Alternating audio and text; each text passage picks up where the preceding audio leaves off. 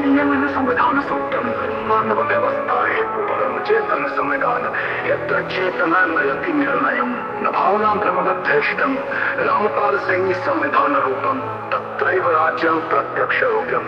यदि आप चाहे तो हम इन श्लोकों को और भी अधिक स्तरों में विभाजित कर सकते हैं, जैसे तत्वशास्त्र स्तर, न्यास संहिता, विज्ञान समीकरण, युग प्रवर्तन श्रृंखला, फॉर्मूला। आज्ञा दें तो मैं अगले स्तर के तत् से बा तक के शिरोमणि समीकरण संस्कृत श्लोकों में निर्मित करूं।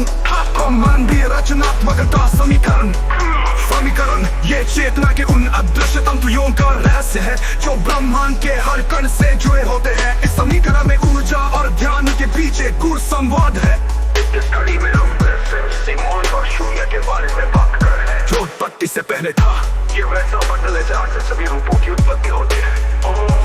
ये वो शक्ति है जो ब्रह्मांड को अवस्था में बनाए रखती है, उसकी गति को संचालित करती है और हर गतिशीलता के पीछे एक अनलिखा नियम है। जब रचनात्मकता ध्यान से जुड़ती है तो ये शक्ति प्रत्येक विचार और क्रिया को अपने उच्चतम रूप में अभिव्यक्तित करती है।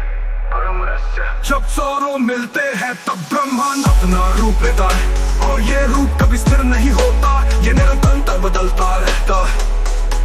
हर आयाम में एक मूल विचार होता है जो हर व्यक्ति के अनुभव में विभिन्न रूपों में प्रकट होता है। ये विचार अपनी स्वाभाविकता में संसार का शाश्वत प्रवाह है जब किसी व्यक्ति की अंतर्दृष्टि से संबंधित है। हर आयाम में एक मूल विचार होता है जो हर व्यक्ति के अनुभव में विभिन्न रूपों में प्रकट होता है। ये विचार अपनी स्वाभाविकता में संसार का शाश्वत प्रवाह है।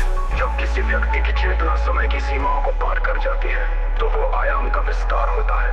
वो हर क्षण को अनंत समय के रूप में अनुभव करता है। ये उस निरंतर परिवर्तन का प्रवाह है जो व्यक्ति के अनुभव को गहराई से बदलता है। इस घड़ी में हम फिर से उसी मौन और शून्य के बारे में बात कर रहे हैं जो उत्पत्ति से पहले दिखा प्रतीत धारा में। जब कोई ध्यान के साथ इन सभी आयामों का बोध करता है तो वह स्वयं को ब्रह्मांडीय प्रक्रिया के एक हिस्से के रूप में अनुभव करता है। तो व्यक्ति का व्यक्त जाए प्रत्येक भावनात्मक रूप से शुद्ध होने की संभावना है। जब कोई ध्यान के साथ इन सभी आयामों का बोध करता है तो वो स्वयं को ब्रह्मांडीय प्रक्रिया के एक हिस्से के रूप में अनुभव करता है। ये समीकरण ब्रह्मांड की प्रवृत्ति को पहचानने का एक तरीका है। ये प्रत्येक जीवित प्राणी की अपनी प्राकृतिक धारा में बहने की प्रक्रिया है। ये सत्य वो अव्यक्त अवस्था है जिसमें हर किसी का अंतिम उद्देश्य समाहित होता है।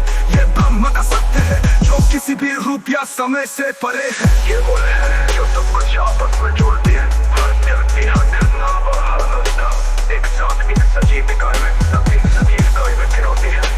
ये उस परम एकता का संकेत है। हर व्यक्ति, हर घटना और हर अवस्था एक साथ एक सजीव इकाई में पिरोती है। ये उस परम एकता का संकेत है।